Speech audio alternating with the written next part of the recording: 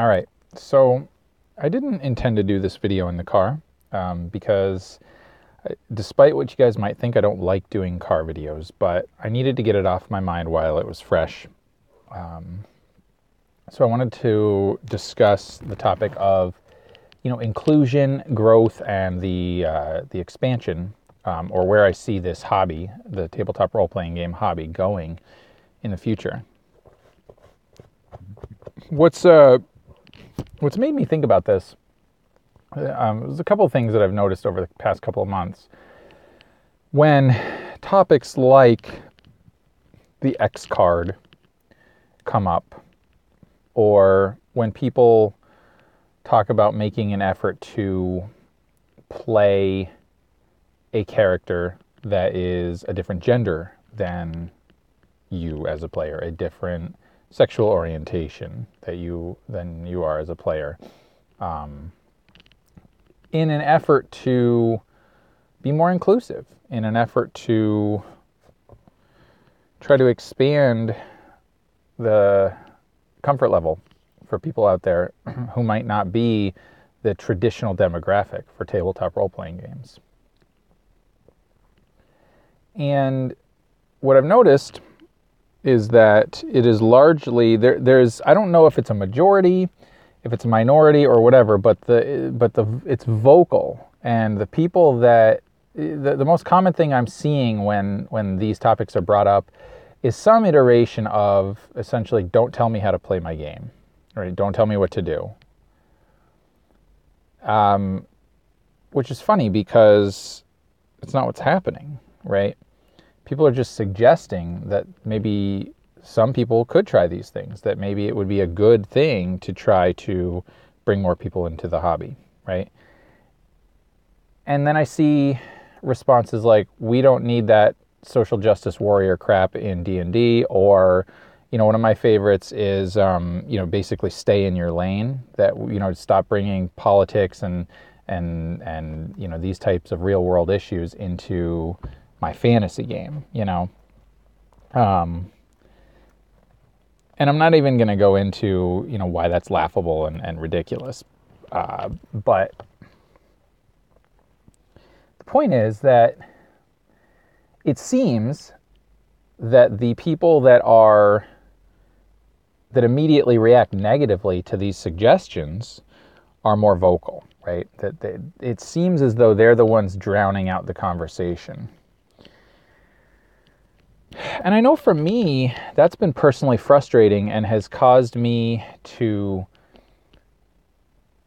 take a little bit of a break, excuse me, from some of the communities that I was a part of, because I think that when you have a group of people that are saying, boy, wouldn't it be great if we tried to really make this hobby more inclusive to people other than straight white men?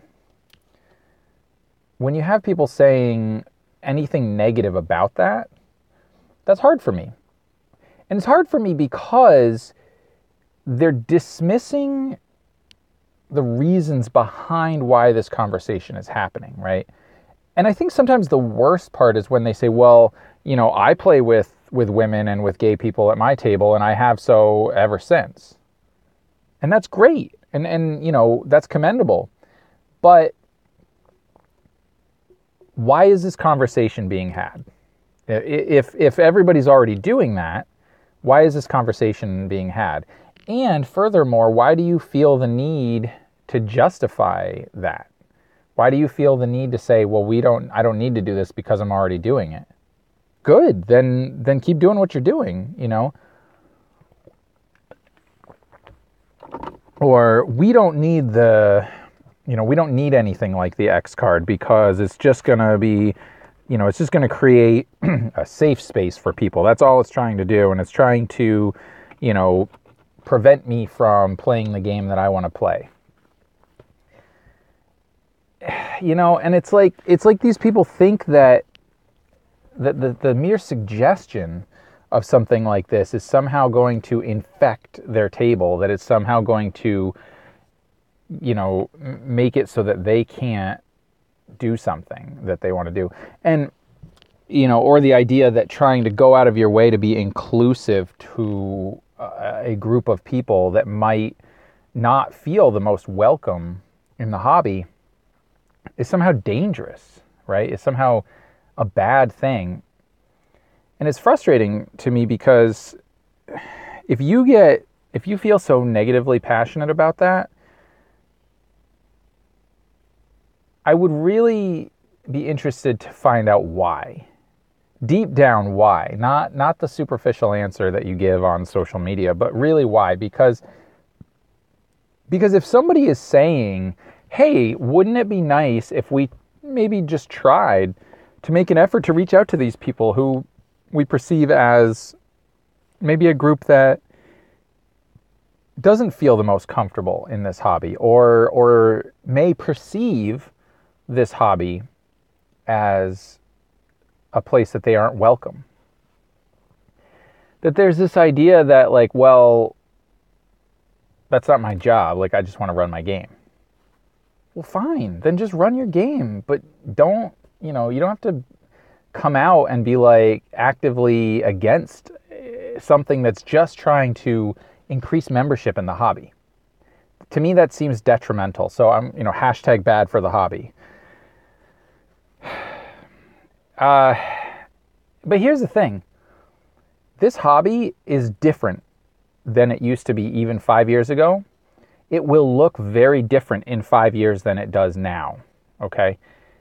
And this has never been more evident than the explosion of popularity of D&D as an experienced event, as something that people watch but don't necessarily play. Right? With shows like Critical Role on Twitch, I believe their final episode had something like 40,000 viewers. That's insane.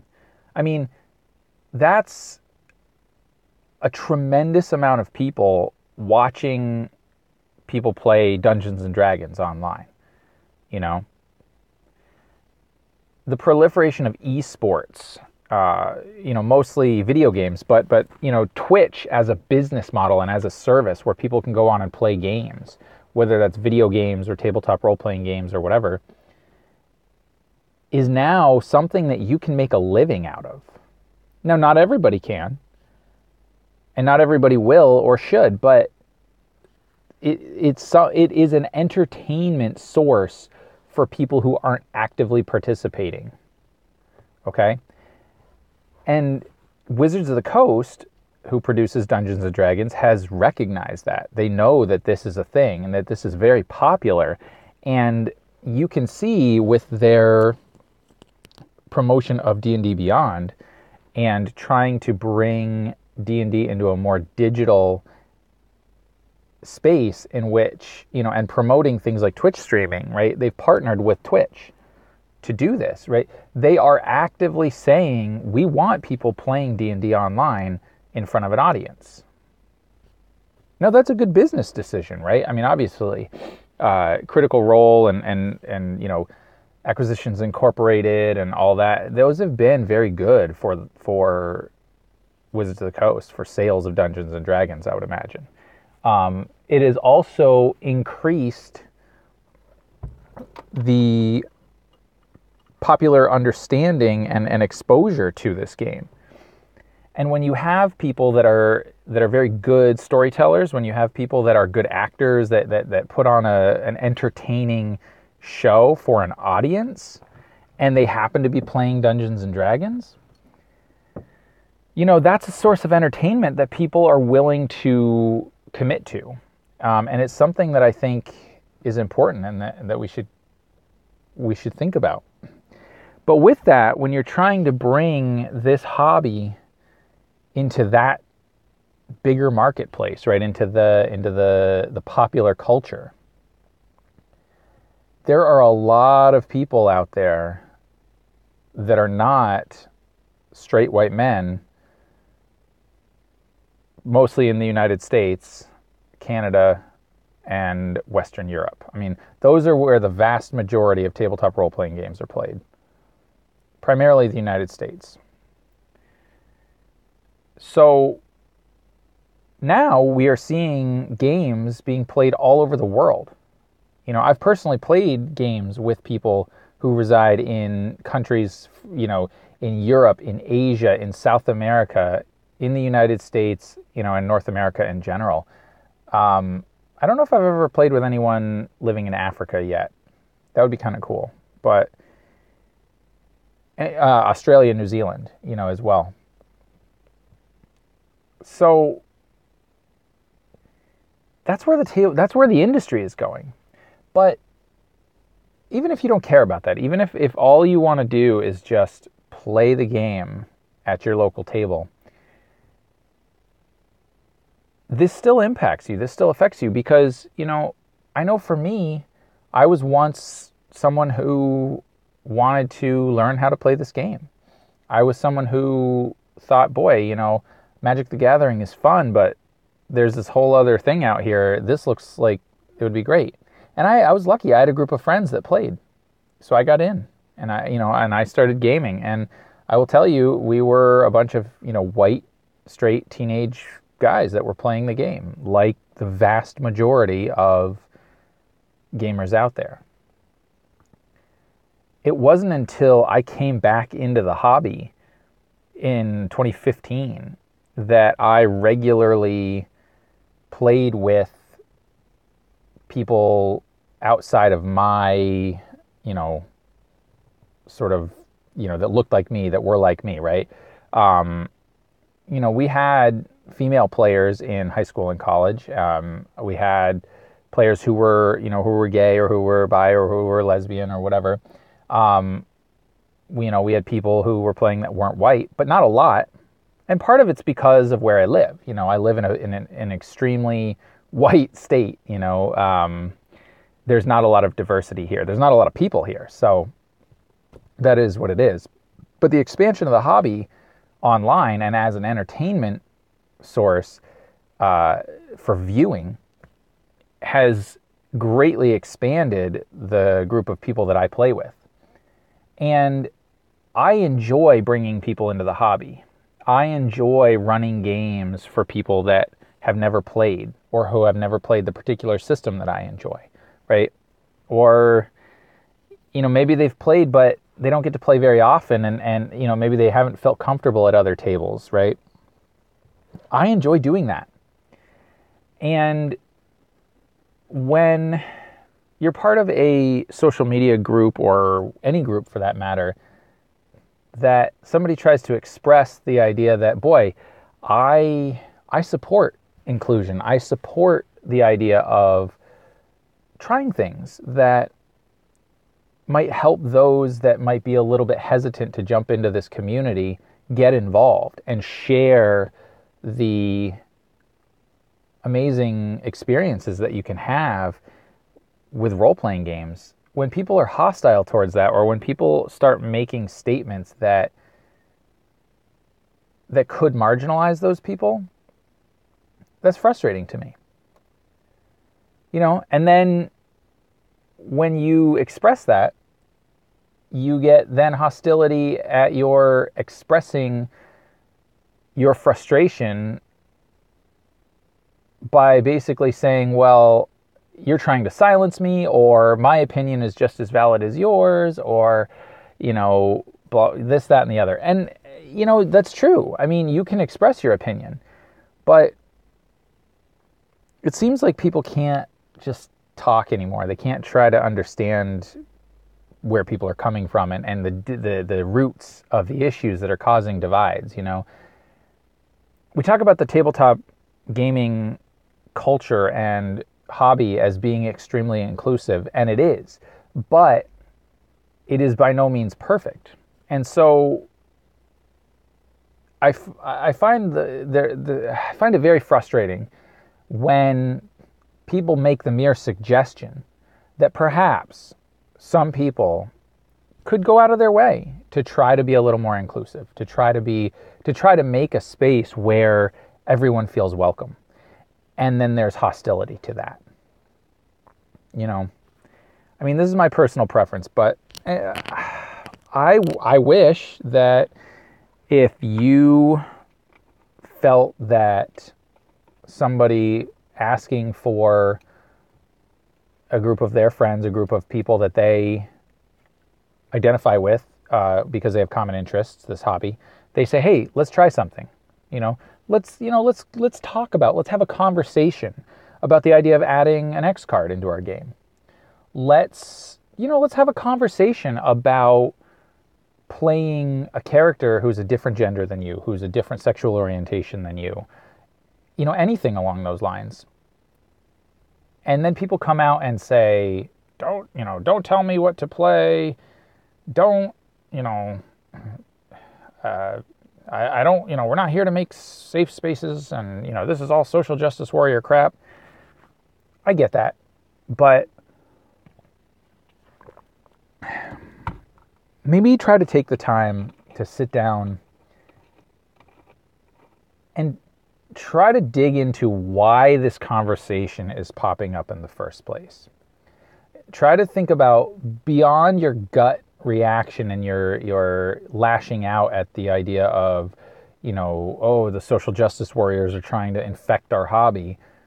Think about why they might be having this conversation. And maybe ask somebody. Don't just be like, well, because they're trying to make this, fantasy utopia that, everybody is all polite all the time and this, that, and the other. It's like, maybe that's true, but you don't know. And so, I don't know. I just think that with this hobby becoming increasingly more public, this hobby becoming a form of passive entertainment for people, beyond just the people playing, but the ability to watch games being played online, identifying with people,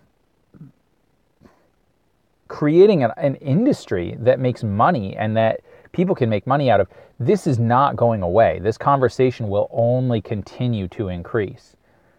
And so I guess I would just say to anybody out there, we live in a world right now that is so marginalized, that is so polarized, right? That we live in such a time where, everything is you're either with us or against us, where so many people, draw their line in the sand and entrench and don't take a moment to consider other people's opinions, even if they disagree with them. Now, not everybody is like this, of course, but a lot of people are. And frequently the most vocal are the ones that I think are the most angry. They are, and that they cause the divide to be further. Whether their motives are pure or not, when you do that, you cause people to go away from you, to walk away from you. In social media terms, they leave your community, they block you, they do all of this stuff that, whatever, that they don't listen to your point of view because you're overtly hostile. And it also has the effect that some people who maybe are sympathetic to your views, who share your views, but they don't like the way that you're expressing them, might also back away from you, And so if you feel strongly about something, consider how you react to it. And don't just go all negative like that. So I got a couple of comments here. Jason from Dark Age says, people are tribal. It's that simple. Understand that. And the frustration will be more tolerable. Well, yeah, I get that. I've always known that. But to say the frustration will be more tolerable, I guess, but I'm not frustrated at the fact that people are not tolerable. I guess I'm more frustrated at the fact that people are so vocally hostile when it's something that doesn't even really affect them, and yet they come out and they go ballistic on posts. That's hard. And then Jason also says, not all. Don't let the media and your circle of social media restrict your viewpoint. There are many millions of understanding and tolerant people. Absolutely. You're totally right. And I believe that. And I believe that there's a lot of those people out there that don't say anything, right? They don't need to, right? They already know that their table is accepting. They are already doing their part, right? And that's good, right? And that's perfect, and that's awesome. But what I have noticed is that in some of the what I've found is that I have gained a lot of friendships, and I have expanded the pool of people who I can play with in games because of social media. And I believe that medium, whether it is Facebook, Google+, whether it is Reddit, whether it's Twitch streaming or otherwise, that is the future of this hobby. That as we go along, 5 years down the road, you are going to see new players coming into the hobby because of those avenues in a greater degree than those people who just, talk to their friend one day and say, hey, what are you doing this weekend? Oh, I'm playing D&D. Oh, really? That sounds fun. Yeah, you want to check it out. That's how it's been. And I think that that's currently probably the way that most people come into the hobby. But 5 years from now, I don't think that will be the norm. And so I think that we need to understand that, and that I think people need to really consider what they want for the hobby in the future, and whether or not they want to get on board with expanding the hobby and, maybe attempting to just do small things, or even just have conversations about it without making it a demarcation line that they will not cross. So anyway, it's kind of a rant video, a little bit rambly, but, thank you guys, anybody who watches this, who tunes in, and I'd love to hear your thoughts on it.